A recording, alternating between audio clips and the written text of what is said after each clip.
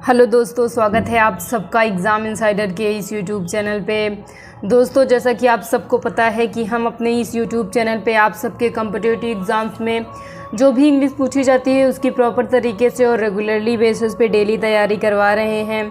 तो दोस्तों, जैसे कि आप सबको पता है कि आपकी जो परीक्षाएं लगी हुई हैं CHSL एंड MTS, तो उसमें जो भी इंग्लिश पूछी जाती है उसमें जो भी इंग्लिश का पैटर्न फॉलो किया जाता है उसी को ध्यान में रखते हुए दोस्तों हम अपने चैनल पे आपके लिए डेली CHSL और MTS की प्रैक्टिस से सॉल्व करवा रहे हैं। तो अगर आप अभी तक इस चैनल पे नए हैं हमारे और आपने अभी तक चैनल को सब्सक्राइब नहीं किया है तो दोस्तों प्लीज़ सबसे पहले जा करके चैनल को सब्सक्राइब कर लीजिए, साथ में आए बेल आइकन को प्रेस करना बिल्कुल भी मत भूलिएगा। तो दोस्तों चलिए शुरू करते हैं, आज के फर्स्ट क्वेश्चन की ओर चलते हैं। आज का फर्स्ट क्वेश्चन है, select the most appropriate option to substitute the underline segment in the given sentence. If no substitution is required select no improvement. तो दोस्तों यहाँ पे हमें जो सेंटेंस दिया गया है इसमें अंडरलाइन पार्ट ये है, आपका क्या है, अंडरलाइन पार्ट आपका विल बी है। इसको हमें क्या करना है, इसको हमें बताना है कि इसको सब्स्टिट्यूशन की ज़रूरत है या नहीं। तो आपके ऑप्शन देख लीजिए, कैन वी,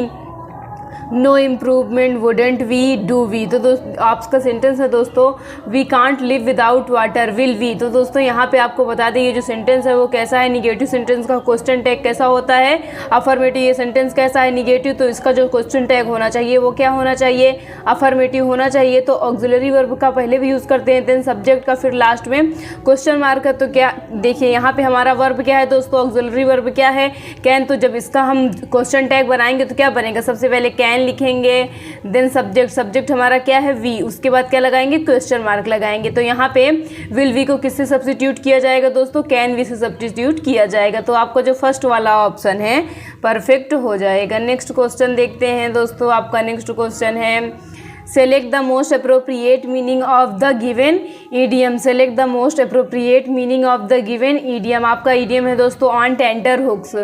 आपका ईडियम क्या है दोस्तों, ऑन टेंटर हुक्स। इसका मतलब होता है दोस्तों बेचैन रहना या फिर चिंतित रहना। तो देखते हैं इन चारों ही ऑप्शन में ऑन टेंटर हुक्स के लिए आपका परफेक्ट ऑप्शन कौन सा होगा, अनहैप्पी, एंग्री, हैप्पी एंड एनेक्सियस। तो दोस्तों ऑन टेंटर हुक्स, इसके लिए जो आपका परफेक्ट ऑप्शन हो जाएगा वह डी वाला हो जाएगा, एनेक्सियस आपका परफेक्ट होगा। नेक्स्ट आपका क्वेश्चन है दोस्तों, select the antonym of the given word. Select the antonym of the given. आपका वर्ड है दोस्तों सर्वे। आपका वर्ड क्या है, सेवरे। इसका अर्थ होता है दोस्तों भटकना या फिर विचलित। क्या होता है दोस्तों, भटकना या फिर विचलन करना। तो इसका हमें क्या बताना है, परफेक्ट एंटोनॉमी बताना है। क्या बताना है दोस्तों, परफेक्ट एंटोनॉमी बताना है। तो ऑप्शन देखते हैं, first option straighten, second option deviate, third option lurch and fourth option droop. तो दोस्तों सेवरे का जो परफेक्ट एंटोनिम हो जाएगा वो आपका क्या होगा दोस्तों, स्ट्रेटन होगा। देखिए सेवरे का मतलब होता है भटकना या फिर विचलन, एंड स्ट्रेटन का मतलब क्या होता है, सीधा। तो आपका जो फर्स्ट वाला ऑप्शन है परफेक्ट होगा। नेक्स्ट क्वेश्चन देखते हैं दोस्तों, आपका नेक्स्ट क्वेश्चन है, select the word which means the same as the group of words given. A large comma deep pot used within the oven and as a serving vessel. तो दोस्तों हमें इसके लिए क्या बताना है, वन वर्ड बताना है। तो आपको फर्स्ट ऑप्शन है casserole, second option cauldron, third option skillet and fourth option sauce pan. तो दोस्तों a large deep pot used both in oven and as a serving vessel. तो दोस्तों इसके लिए जो आपका परफेक्ट वन वर्ड होगा वह क्या हो जाएगा, कैसेरोल हो जाएगा। क्या हो जाएगा दोस्तों, कैसेरोल हो जाएगा। इसका मतलब पकाने का बर्तन होता है। तो आपका जो फर्स्ट वाला ऑप्शन है परफेक्ट होगा। नेक्स्ट देखते हैं दोस्तों, आपका नेक्स्ट क्वेश्चन कह रहा है, select the wrongly split word. Select the wrongly split word. तो हमें इसका क्या बताना है दोस्तों, यहाँ पे एक वर्ड क्या हुआ है, गलत यूज हुआ है। तो इसका हमें परफेक्ट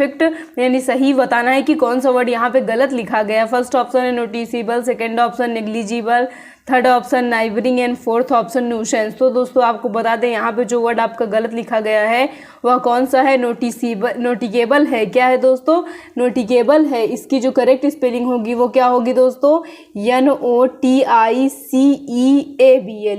ये आपके नोटिसेबल की परफेक्ट स्पेलिंग होती है। इसका मतलब क्या होता है दोस्तों, ध्यान देने योग्य। ये आपका गलत था। तो आपका जो फर्स्ट वाला ऑप्शन है गलत हो जाएगा। नेक्स्ट देखते हैं दोस्तों, आपका नेक्स्ट क्वेश्चन कह रहा है, Select the correct active voice form of the given sentence. The chairs were being arranged in the examination hall by the staff. तो दोस्तों इसको हमें क्या करना है, इसको हमें एक्टिव वॉइस में अरेंज करना है। ये दोस्तों हमें पैसिव वॉइस में दिया गया है। देखिए यहाँ पे वर प्लस बीइंग प्लस वर्ब की थर्ड फॉर्म, ये हमें बता रहा है कि ये पास्ट कॉन्टिन्यूअस टेंस का एक्टिव वॉइस रहा होगा। तो दोस्तों यहाँ पे जो आपका ऑब्जेक्ट है वो क्या हो जाएगा दोस्तों, यहाँ पे जो ऑब्जेक्ट है वो आपको क्या होना चाहिए, आपका यहाँ पे ऑब्जेक्ट क्या है, द स्टाफ क्या बन जाएगा, स्टाफ, यानी ऑब्जेक्ट जो है वो क्या बनेगा, सब्जेक्ट। तो देखिए द स्टाफ से सेंटेंस की शुरुआत कहाँ हो रही है, यहाँ हो रही है, यहाँ हो रही है, यहाँ हो रही है, ये तो आपको पहले ही गलत हो जाएगा। देन आपके 3 बचे हैं, कह रहा है कि द स्टाफ, अभी मैंने बताया ये आपका क्या किस टेंस का दोस्तों पैसिव वॉइस है, पास्ट कंटिन्यूअस टेंस का पैसिव वॉइस है। तो पास्ट कंटिन्यूअस टेंस की हेल्पिंग वर्ब जो आपकी होती है दोस्तों वो वाज और वर होती है। तो वाज और वर की बात करें तो आपके ना तो थर्ड सेंटेंस में ना तो सेकंड, यानी ये दोनों भी क्या हो गए गलत। बचा कौन सा आपका 4। तो देखते हैं इसका एक्टिव वॉइस क्या होना चाहिए, the staff was arranging the chair in the examination hall, यानी आपका जो डी वाला ऑप्शन है परफेक्ट होगा। नेक्स्ट देखते हैं दोस्तों, नेक्स्ट आपका है दोस्तों select the antonym of the given word. Select the antonym of the given word, इसका हमें परफेक्ट क्या बताना है दोस्तों, एंटोनिम बताना है। तो दोस्तों इस आपका वर्ड क्या दिया गया है, सोबर। आपका वर्ड क्या है, सोबर। इसका मतलब होता है दोस्तों शांत या फिर संयमी। सोबर का मतलब क्या होता है दोस्तों, शांत या फिर संयमी। इसका हमें एंटोनॉमी बताना है। क्या बताना है antonym, first option nervous, second option serious, third option agitated and fourth option calm. तो दोस्तों सोबर का जो परफेक्ट आपका एंटोनिम हो जाएगा वह आपका एजिटेट हो जाएगा। आपका थर्ड वाला ऑप्शन परफेक्ट होगा। नेक्स्ट आपका है दोस्तों, नेक्स्ट क्वेश्चन है select the synonym of the given word. Select the synonym of the given word. आपका वर्ड क्या है दोस्तों, रैम्पेंट। वर्ड क्या है, रैम्पेंट। इसका मतलब होता है दोस्तों आक्रामक। क्या होता है दोस्तों, आक्रामक। रैम्पेंट का मतलब आक्रामक होता है। इसका हमें परफेक्ट सिनोनिम बताना। ऑप्शन देखते हैं, first option excessive, second option rare, third option gentle and fourth option limited. तो दोस्तों रैम्पेंट का जो परफेक्ट आपका एंटोनिम होना चाहिए वो क्या हो, सॉरी सिनोनिम होना चाहिए वो क्या हो जाएगा आपका, एक्सेसिव हो जाएगा। आपका फर्स्ट वाला ऑप्शन परफेक्ट होगा। नेक्स्ट क्वेश्चन है आपका दोस्तों, नेक्स्ट क्वेश्चन देखते हैं। नेक्स्ट क्वेश्चन कह रहा है कि select the most appropriate word to fill in the blank. The company management is one of the opinion that not wearing a suit and tie at the workplace could create a bad dash on client। तो इसके लिए आपका option है दोस्तों impression, response, outlook and notion. तो दोस्तों यहाँ पर जो आपको परफेक्ट वर्ड आना चाहिए वो क्या आएगा दोस्तों, इम्प्रेशन आएगा। क्या आएगा दोस्तों, इम्प्रेशन आएगा। तो यहाँ पे क्या कहते हैं कि कंपनी के मैनेजमेंट ने यह ओपिनियन दिया कि काम वाले प्लेस पे सूट एंड टाई को नहीं पहनना चाहिए क्योंकि इससे क्लाइंट पे बुरा इंप्रेशन पड़ता है। तो आपका जो फर्स्ट वाला ऑप्शन है परफेक्ट हो जाएगा। नेक्स्ट क्वेश्चन पे चलते हैं दोस्तों। आपका नेक्स्ट क्वेश्चन है select the correct passive voice form of the given sentence. Please take the guest to his room on the 6th floor. इसको हमें क्या करना है दोस्तों, इसे हमें पैसिव वॉइस में चेंज करना है। तो देखिए जब हमारे सेंटेंस में प्लीज लगा रहे और सेंटेंस कैसा हो, इंपरेटिव, तो हम क्या कहते हैं, वाक्य की शुरुआत किससे कहते हैं, यू आर रिक्वेस्टेड से करते हैं। तो देखिए आपके ऑप्शन देखते हैं, let the guest be taking, second option you must take and third option you are requested and fourth option the guest should be took his room of the 6th floor. तो देखिए यहाँ पे जो आपको perfect option होना चाहिए दोस्तों वो कौन सा हो जाएगा, थर्ड वाला हो जाएगा। You are requested to take the guest to his room on the 6th floor. तो आपको जो थर्ड वाला ऑप्शन है परफेक्ट होगा। नेक्स्ट देखते हैं दोस्तों, नेक्स्ट आपका क्वेश्चन है select the most appropriate meaning of the given idiom. आपका ईडियम है दोस्तों लेंड एन ईयर। आपका ईडियम क्या है दोस्तों, लेंड एन ईयर। इसका मतलब होता है ध्यान से सुनना या फिर किसी चीज़ में मन लगाना। तो देखते हैं लेंड एन ईयर के लिए आपका परफेक्ट ऑप्शन कौन सा होगा, to force someone to listen, to not make trouble, to not tell something, to pay attention. तो दोस्तों लेंड एन ईयर इसके लिए जो आपको परफेक्ट ऑप्शन होगा वह डी वाला हो जाएगा। नेक्स्ट क्वेश्चन देखते हैं दोस्तों। आपका नेक्स्ट क्वेश्चन कह रहा है select the wrongly split word. Select the wrongly split word. इसमें हमें क्या बताना है दोस्तों, इसमें हमें गलत स्पेलिंग क्या करना है, फाइंड करना है। First option brittle, second option brisk, third option bristle and fourth option bridle. तो दोस्तों यहाँ पे जो आपकी स्पेलिंग गलत है वह कौन सी है, ब्रिस्टल गलत है। इसका जो सही फॉर्म होगा वो क्या होगा, BRISTOL। इसका मतलब क्या होता है दोस्तों, इसका मतलब आप मुझे पता करके कमेंट बॉक्स में बताएंगे। तो ब्रिस्टल का मतलब आप मुझे कमेंट बॉक्स में पता करके बताएंगे। चलिए नेक्स्ट देखते हैं दोस्तों, आपका नेक्स्ट वर्ड है select the synonym of the given word. आपका वर्ड क्या है दोस्तों, एक्सटेम्प्ट। वर्ड क्या है, एक्सटेम्प्ट। इसका हमें क्या बताना है, सिनोनिम बताना है। तो आपको हम बता दें एक्सटेम्प्ट मतलब क्या होता है दोस्तों, मुक्त करना या फिर आज़ाद करना होता है। तो एक्सटेम्प्ट का हमें क्या बताना है, सिनोनिम बताना है। ऑप्शन देखते हैं, first option prevent, second option reduce, third option hinder and fourth option exclude. तो दोस्तों जो आपका एक्सटेम्प्ट है इसका जो परफेक्ट क्या कहते हैं, सिनोनिम हो जाएगा, वह क्या हो जाएगा, एक्सक्लूड हो जाएगा। क्या हो जाएगा दोस्तों, एक्सक्लूड हो जाएगा। आपका डी वाला ऑप्शन परफेक्ट होगा। नेक्स्ट क्वेश्चन पे चलते हैं दोस्तों, आपका नेक्स्ट क्वेश्चन कह रहा है given below are 4 jumbled sentence, select the option that give their correct order. यहाँ पे हमें 4 सेंटेंस दिया गया है दोस्तों और इसको हमें क्या करना है, एक रेंज में अरेंज करना है। तो देखते हैं दोस्तों,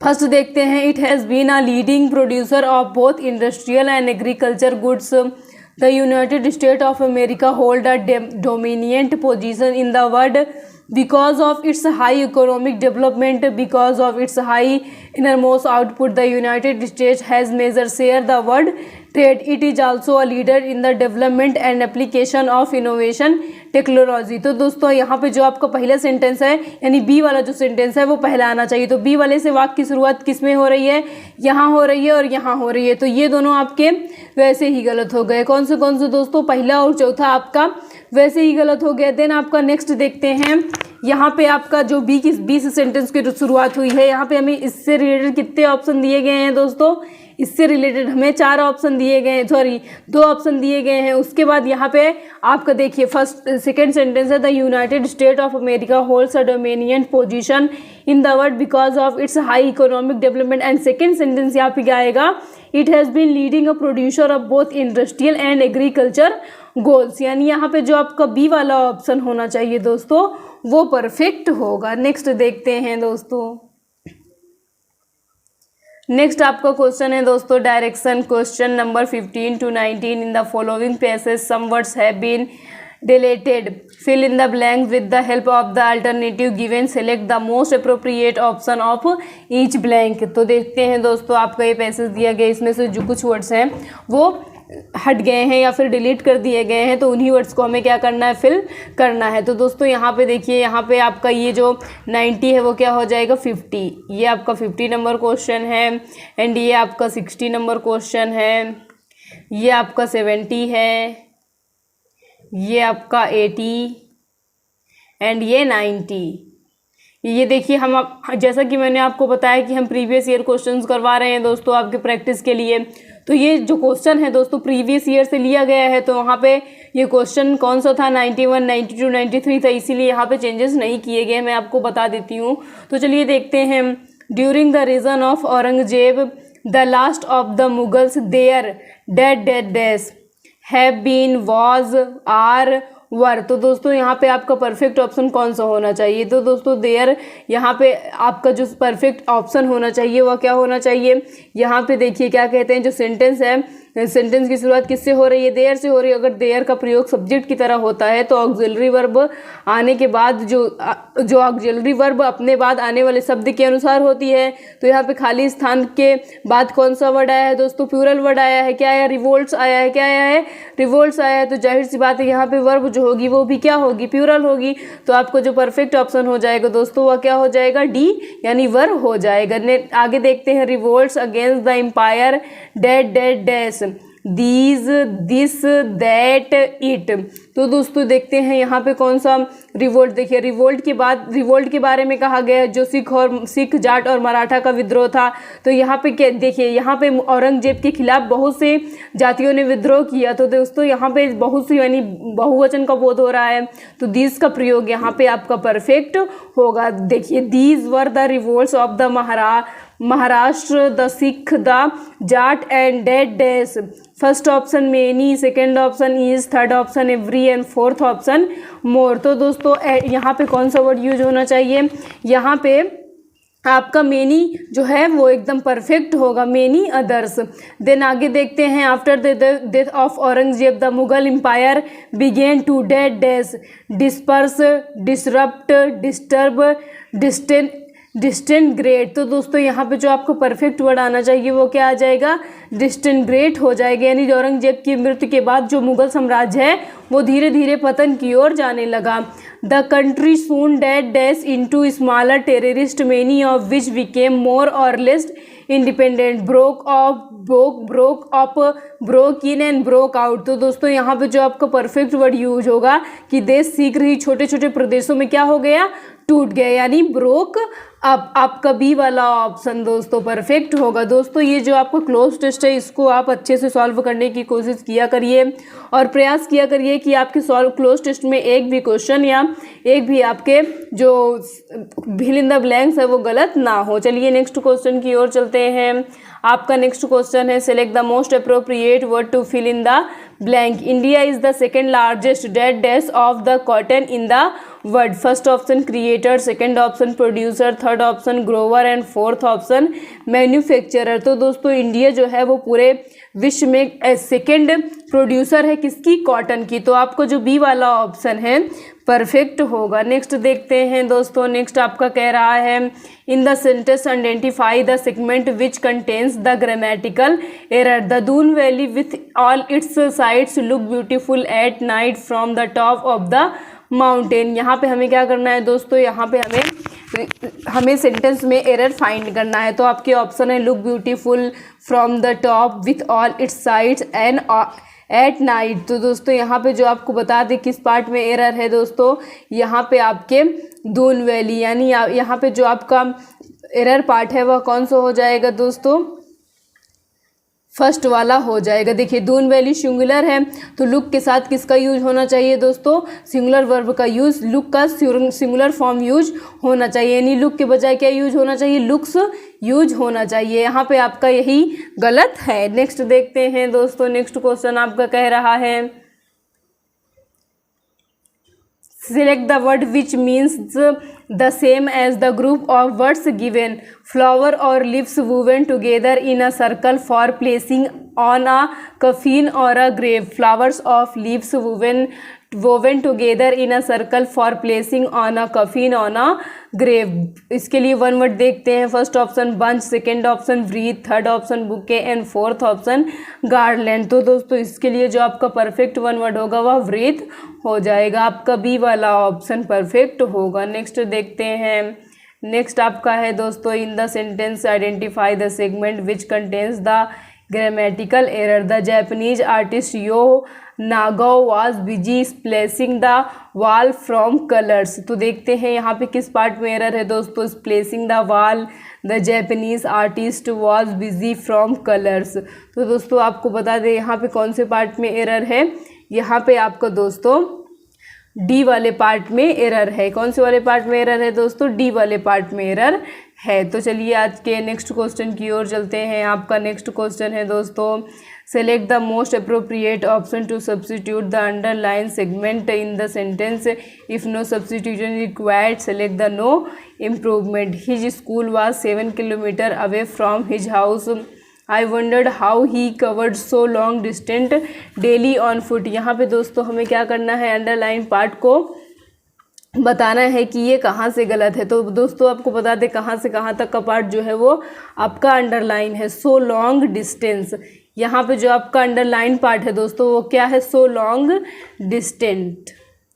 सो लॉन्ग डिस्टेंट वाला पार्ट जो है आपका, ये आपका अंडरलाइन है यहाँ से यहाँ तक, सो लॉन्ग डिस्टेंस। इस ये क्या है दोस्तों, अंडरलाइन पार्ट है। इसी में हमें बताना है कि इसमें चेंजेस की ज़रूरत है कि नहीं। तो ऑप्शन आपका है no improvement, such a long distance, such a long distance, such long distance, so long distance. तो दोस्तों आपको बता दें यहाँ पे सो लॉन्ग डिस्टेंस के बजाय सच अ लॉन्ग डिस्टेंस आना चाहिए, यानी आपको जो बी वाला ऑप्शन होना चाहिए वह परफेक्ट होगा। आज के लास्ट देखते हैं दोस्तों, आज का लास्ट क्वेश्चन है, given below are four, last आपका है दोस्तों, given below are four jumble sentence, select the opinion that give their correct order. Since then Boeing has received over 5000 order for the aircraft, has delivered 371 to date. The Max first started flying commercially in 217.